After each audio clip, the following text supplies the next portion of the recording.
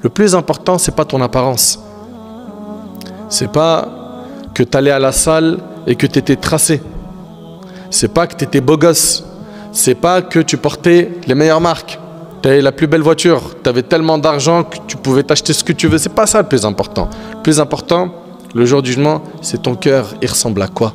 C'est quelle œuvre pieuse as-tu fait sur terre?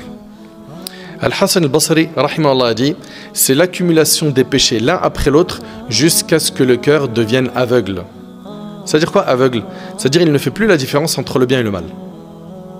Qu'Allah nous en préserve.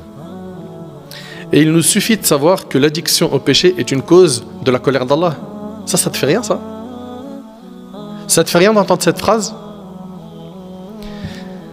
C'est la cause de la colère d'Allah, de son châtiment, que ce soit dans ce monde, dans la tombe ou le jour du jugement.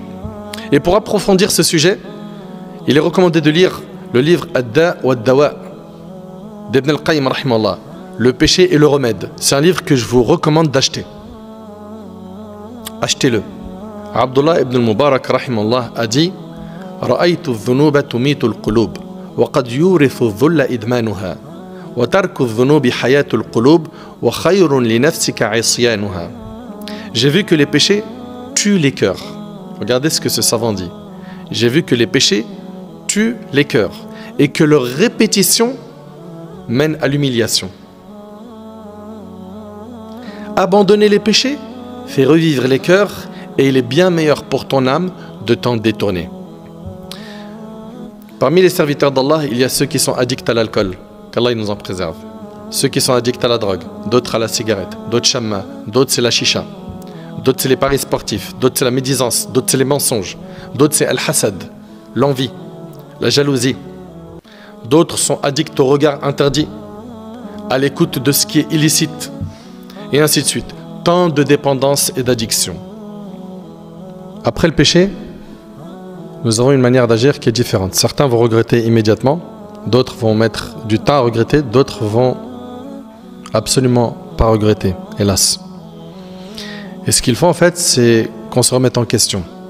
Qu'on se remette en question car ces péchés-là sont destructeurs et il faut comprendre que le diable, la seule chose qu'il veut de nous, c'est notre perte. Il faut qu'on médite sur les nombreux bienfaits d'Allah subhanahu wa ta'ala sur nous.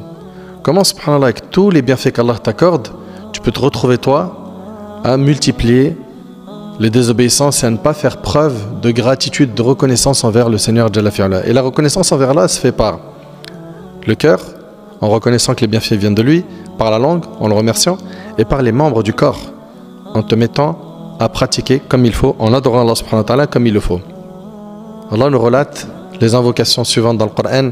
Rabbana zalamna anfusana wa in lam taghfir lana wa tarhamna lanakunanna minal khasirin. Seigneur, nous nous sommes causés du tort.